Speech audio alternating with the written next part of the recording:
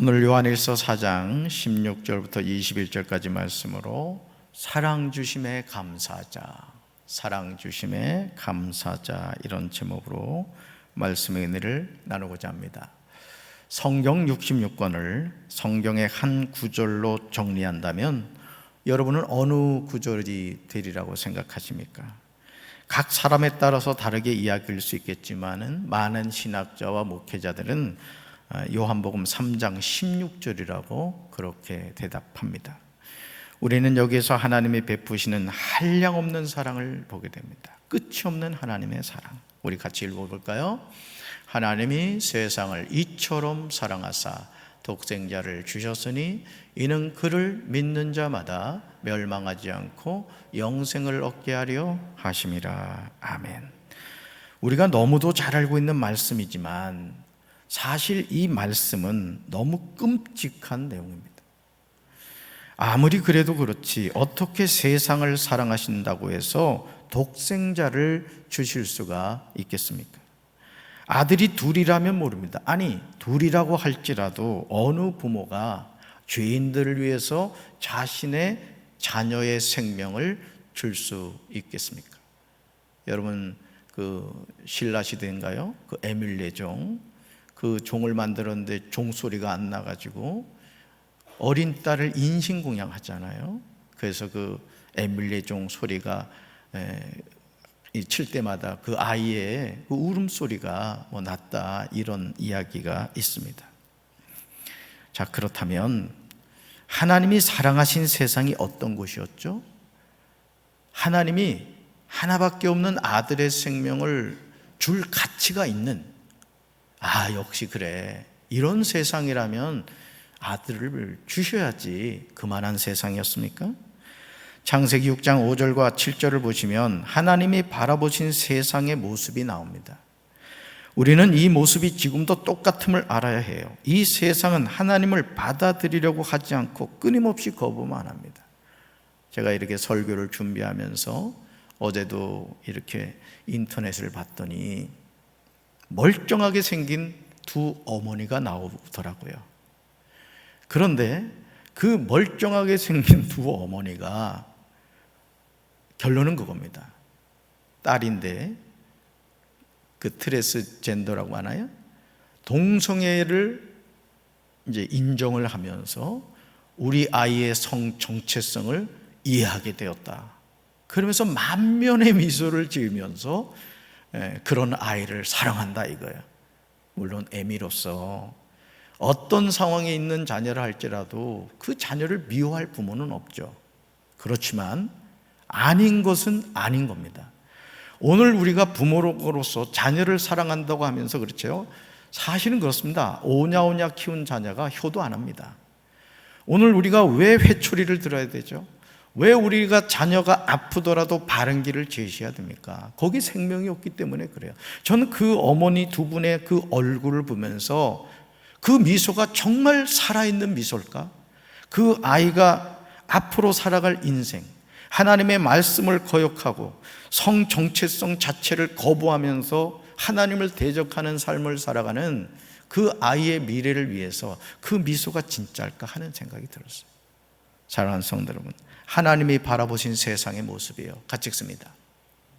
주님께서는 사람의 죄악이 세상에 가득 차고 마음에 생각하는 모든 계획이 언제나 악한 것뿐임을 보시고서 땅 위에 사람 지으셨음을 후회하시며 마음 아파하셨다. 아멘. 하나님이 바라보신 세상은 사람의 죄악이 가득 찼어요. 사람의 마음에 생각하는 모든 계획이 언제나 악한 것뿐임을 보셨습니다. 이런 세상을 보시면서 하나님은 땅에 사람 지으셨음을 후회하시며 아파하셨습니다. 그런데 요한복음 3장 16절은 하나님의 세상을 이처럼 사랑하셨다고 기록하고 있습니다. 얼마나 역설적인 사랑입니까? 그러므로 새 찬송가 304장 그 크신 하나님의 사랑 가사는 우리에게 많은 것을 생각하게 합니다. 우리는 이 찬양을 부를 때마다 죄인인 우리를 사랑하셔서 외아들을 주신 하나님의 사랑을 깨달아야 돼요. 우리가 그 사랑을 깨달을 때 겸손하게 되죠. 한번 볼까요? 한번 읽어봅시다. 그 크신 하나님의 사랑 말로 다 형용 못하네. 저 높고 높은 별을 넘어 이 낮고 낮은 땅 위에 죄 범한 영혼 구하려 그 아들 보내사 화목제로 삼으시고 죄 용서하셨네. 괴로운 시절 지나가고 땅에 영화세할 때 주 믿지 않던 영혼들은 큰 소리 외쳐 울어도 주 믿는 성도들에게 큰 사랑 베푸사 우리의 죄 사하셨으니 그 은혜 잊을까. 하늘을 두루마리 삼고 바다를 먹물 삼아도 한없는 하나님의 사랑 다 기록할 수 없겠네. 하나님의 크신 사랑 그 어찌 다 쓸까. 저 하늘 높이 쌓아도 채우지 못하리. 하나님 크신 사랑 측량 다 못하네. 영원히 변치 않는 사랑 성도여 찬양하세. 아멘. 이제 우리는 죄인인 우리를 향한 하나님의 사랑을 깨달아야 할 줄로 믿습니다. 우리가 그 사랑을 바로 알게 될 때 우리는 하나님의 사랑에 감사하게 되는 거예요. 나 같은 죄인을 사랑해 주신 그 하나님의 사랑, 내가 죄인이었을 때 나에게 다가오셔서 손 내밀어 주시고 잡아주신 그 하나님의 사랑, 하나님이 나에게 베푸시는 은혜가 얼마나 큰지를 깨닫게 될 것입니다. 우리는 이 은혜를 체험해야 될 줄로 믿습니다. 요한일서 4장 16절에서 사도 요한은 우리에게 아주 중요한 사실을 전해주고 있어요. 같이 읽습니다. 하나님이 우리를 사랑하시는 사랑을 우리가 알고 믿었노니 하나님은 사랑이시라. 사랑 안에 거하는 자는 하나님 안에 거하고 하나님도 그의 안에 거하시느니라. 아멘. 사도 요한은 우리는 하나님이 우리에게 베푸시는 사랑을 알았고 또 믿었다고 고백합니다. 우리를 향한 하나님의 사랑을 우리는 알아야 될 줄로 믿습니다. 나를 얼마나 사랑하는가, 내가 너를 얼마나 사랑하는지 너는 아느냐, 내가 너를 얼마나 좋아하는지 너는 아느냐. 여러분, 이 찬양 아십니까? 하나님이 나를 얼마나 사랑하시는지, 내가 아무리 못나도 가방끈이 짧고 가진 것 없어도 병들어 있어도 정말 날마다 살아야 될까 말아야 될까 고민해도 하나님이 나를 얼마나 사랑하시는지, 여러분 그 하나님의 사랑을 깨닫게 되길 주님의 이름으로 축원합니다. 그 사랑이 얼마나 엄청난지를 알 때 우리는 하나님의 그 사랑이 우리를 죄에서 건져주셨음을 믿게 됩니다. 하나님의 사랑은 미사여구가 아닙니다. 립서비스로 내가 너 사랑해 이렇게 말하는 게 아니에요. 저는 우리 사랑하는 성도 여러분들이 교회 소식 전하기 전에 제가 항상 인사시키죠. 사랑합니다, 축복합니다.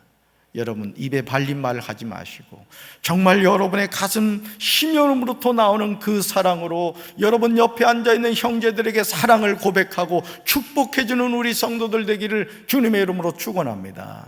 그 사랑과 축복이 우리 재단에 가득 찰 때 강경이 변화가 되고 익산과 부여와 연무와 논산이 변화될 줄로 믿습니다. 한 사람이 중요한 거예요. 한 사람이 변화되면 가정이 변화가 되고, 가정이 변화되면 교회가 변화되고, 교회가 변화되면 이 민족이 변화될 줄로 믿습니다. 하나님은 세상을 사랑하기 위해서 독생자를 주셨어요. 입으로만 얘기하지 않았다고요. 우리 부모님들 아시잖아요. 자녀를 사랑하기 위해서 내가 먹을 것 자녀 입에다 먹여주고, 내가 써야 될 것 챙겨놨다가 자녀에게 용돈 주고 하잖아요. 우리 청년들은 잘 알아야 돼. 시집장가 가면 부모님 용돈 꼭 드려야 돼. 그렇게 할 거지? 뭐야, 째려보기만 하고 대답 안 하고. 태교 그렇게 할 거지? 나중에 목사님 확인할 거야. 그게 부모의 마음이에요. 근데 그 마음을 누가 주셨죠? 하나님이 주신 거예요. 하나님은 다 주세요. 다 주면서도 하나님은 더 주고 싶어 하신다고요. 그래서 없다고 불평하는 사람에게 예수님이 그러셨잖아요. 공중나는 새를 보렴, 들의 백합화를 보렴, 내가 다 먹여주고 있단다. 하물며 너일까 보니 걱정하지 마, 내가 도와줄게, 내가 먹여줄게. 우리 주님 그렇게 말씀하시죠. 사랑 안에 있는 사람은요, 하나님 안에 있고 하나님도 그 사람 안에 계십니다. 사랑하며 사는 것은 하나님 자녀의 특권입니다. 따릅니다. 사랑하며 사는 것은 하나님 자녀의 특권입니다. 아멘. 이 특권을 놓치지 마세요. 사랑하며 살 수 있는 이 권리 얼마나 감사합니까? 고린도전서 13장은 사랑장이라고 합니다. 그런데 바울은 사랑장을 마치면서 아주 중요한 사실을 이야기하고 있습니다. 우리는 믿음과 소망과 사랑하는 가운데 가장 위대한 것이 무엇인지 알게 됐죠. 그러므로 우리는 바울이 외치는 소리를 청종해야 합니다. 같이 읽습니다. 그런즉 믿음, 소망, 사랑 이 세 가지는 항상 있을 것인데 그 중에 제일은 사랑이라. 아멘. 그 중에 제일은 사랑이라는 말은 믿음과 소망과 사랑 중에서 가장 위대한 것이 뭐다? 사랑이라는 거예요. 우리 이봉규 목사님 쓴 책에 보면은 우리가 믿음, 소망, 사랑 이야기를 하는데 첫 번째가 사랑이라는 거예요. 사랑. 맞는 말씀이죠. 왜냐하면 하나님은 무엇이기 때문에? 사랑이시기 때문에. 사랑이시기 때문에. 그래서 남궁옥분이 그랬잖아요. 사랑 누가 말했나? 혹시 남궁옥분 전화번호 아시는 분 있으면은 하나님이 말씀하셨다고 좀 알려주시오. 아마 지금도 고민하고 있을 거야. 우리가 사랑하며 사는 것이 왜 중요한지 요한일서 4장 17절에서 사도 요한은 우리에게 권면하고 있어요. 왜 우리가 사랑하며 사는 게 중요한가? 같이 읽습니다. 사랑이 우리에게서 완성되었다는 사실은 이 점에 있으니 곧 우리로 하여금 심판날에 담대함을 가지게 하려는 것입니다. 우리가 이렇게 담대해지는 것은 그리스도께서 사신 대로 또한 우리도 이 세상에서 그렇게 살기 때문입니다. 아멘. 사랑이 우리에게서 완성되었다는 표현이 얼마나 멋져요. 얼마나 멋집니까? 사랑이 우리에게서 완성되었다는 거예요. 그리고 그 사랑의 완성은 우리가 심판날에 담대함을 가지게 한다고 요한은 강조합니다. 여러분, 심판이 두렵지 않은 사람이 없어요. 여러분, 천국 가면은 3번 놀란다고 그러잖아요. 천국에 절대 오지 못하리라 생각했던 사람이 천국 와서 놀라고, 천국 오리라고 생각했던 사람이 천국 안 와서 놀라고, 세 번째, 나 같은 죄인이 천국 와서 놀란대. 그러니까 미리부터 청심환을 준비해서 천국 가셔야 돼. 아무도 확신할 수 없는 거예요. 여기 서 있는 담임 목사도 하나님의 말씀에 순종해서 똑바로 목회하고 똑바로 신앙생활해야 천국 가는 거예요. 목사기 때문에 천국 갑니까? 여러분, 저는 우리 사랑하는 가족 모두가 한 사람도 빠지지 않고 하나님의 긍휼의 그 사랑을 힘입어 천국에서 눈뜨게 되길 주님의 이름으로 축원합니다. 끝까지 겸손하셔야 돼요. 내가 신앙생활 좀 했다고, 내가 직분 받았다고 교만 떨면 안 돼. 겸손해져야 돼. 내가 구원받은 건 100% 하나님의 은혜입니다. 할렐루야. 사랑하며 사는 것이 그리스도의 향기를 나타내는 방법입니다. 우리가 그리스도의 편지로 이 세상을 살아가는 길이죠. 왜냐하면 예수님이 이 세상에서 죄인들을 사랑하시며 사셨는데 우리도 그렇게 사랑하며 살았기 때문에 그렇습니다. 사랑하며 사는 것이 왜 중요하죠? 왜 사랑하며 사는 것이 중요합니까? 요한일서 4장 18절에 그 내용이 나옵니다. 우리가 원수를 사랑하는 것이 어리석은 결정이 아니죠? 같이 읽습니다. 내 원수가 줄이거든 그에게 먹을 것을 주어라. 목말라 하거든 마실 물을 주어라. 그리하면 그는 머리에 숯불을 둔 것과 같이 부끄러워하고 여호와께서는 내게 상을 주실 것이다. 아멘. 내 원수가 줄이거든 뭐 하라고요? 그에게 먹을 것을 주라는 거예요. 목말라 하거든 마실 물을 주라는 거예요. 그리하면 그는 머리에 숯불을 둔 것 같이 부끄러워하고 여호와께서 내게 상을 주실 것이라는 거죠. 여러분, 원수가 줄일 때 그에게 먹을 것 주라고요? 목마라 할 때 마실 물을 주라고요? 얼마나 어리석게 보입니까? 하지만 말씀에 순종하여 우리가 그렇게 할 때 이런 행동은 원수의 머리에 숯불을 둔 것과 같아 원수가 부끄러워하게 될 것임을 말하고 있는 거예요. 여러분, 손양원 목사님 보세요. 자신의 그 생떼 같은 두 아들을 죽인 원수를 양아들로 삼았습니다. 세상적인 그 어떤 가치관을 가지고 본다면 미쳐도 모총 미친 사람이 아니죠. 어떻게 자기 두 아들을 죽인 그 원수를 양아들을 삼을 수가 있습니까? 그러나 하나님의 사랑의 관점에서 보면 그렇게 할 수가 있다는 거예요. 저는 저와 여러분이 그 사랑을 소유하게 되길 주님의 이름으로 축원합니다.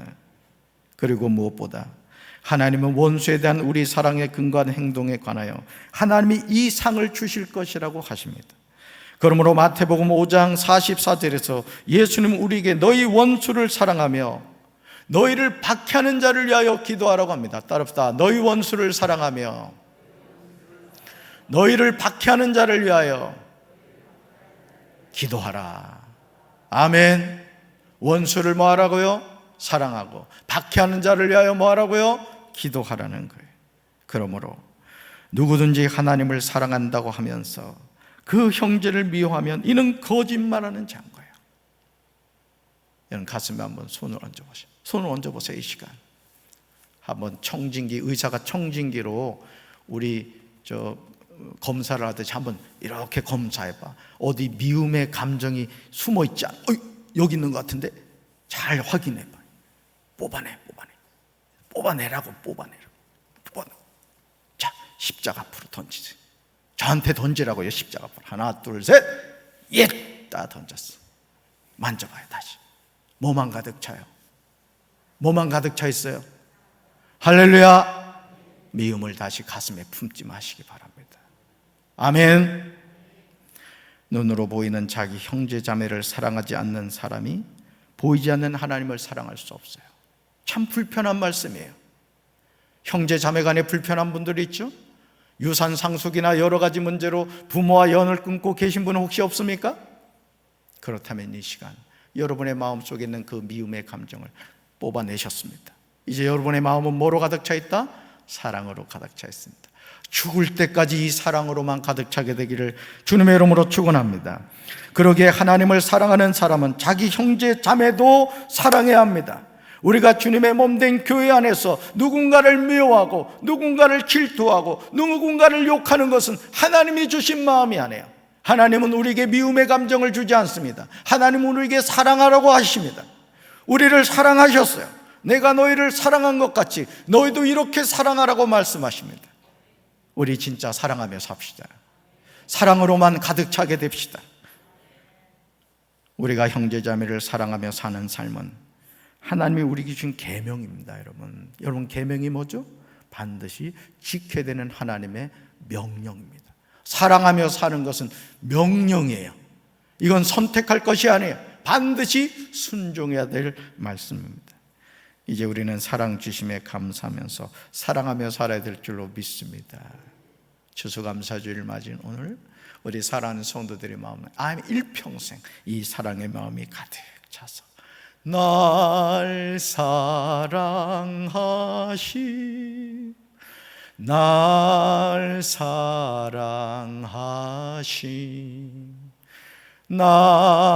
사랑하심 성경에 써 있네. 할렐루야. 가슴에 손 얹읍시다. 하나님 아버지, 사랑 주심에 감사합니다.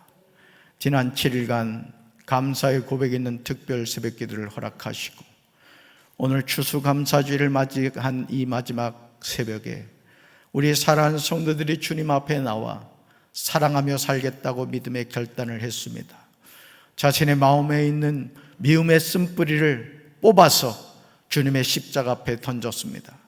다시는 미움의 감정이 자신을 지배하지 않게 도와 주시옵시고 하나님이 세상을 이처럼 사랑하사 독생자를 주셨으니 이는 그를 믿는 자마다 멸망하지 않고 영생을 얻게 하려 하심이라는 주님의 말씀을 기억하며 사랑하며 살게 하옵소서. 사랑하며 살게 하옵소서. 사랑하며 살게 하여 주옵소서. 하나님은 사랑이시라. 하나님은 사랑이시라. 하나님은 사랑이시라. 우리 교회가 더 많이 사랑하는 교회가 되게 도와 주시옵소서. 이제는 우리 주 예수 그리스도의 크신 은혜와 하나님 아버지의 한없는 사랑과 성령님의 교통하심이 더욱더 사랑하며 살기를 결단하는 우리 사랑하는 모든 성도들 위해 이제부터 영원토록 함께 하시기를 간절히 축원하옵나이다. 아멘. 우리 두 손도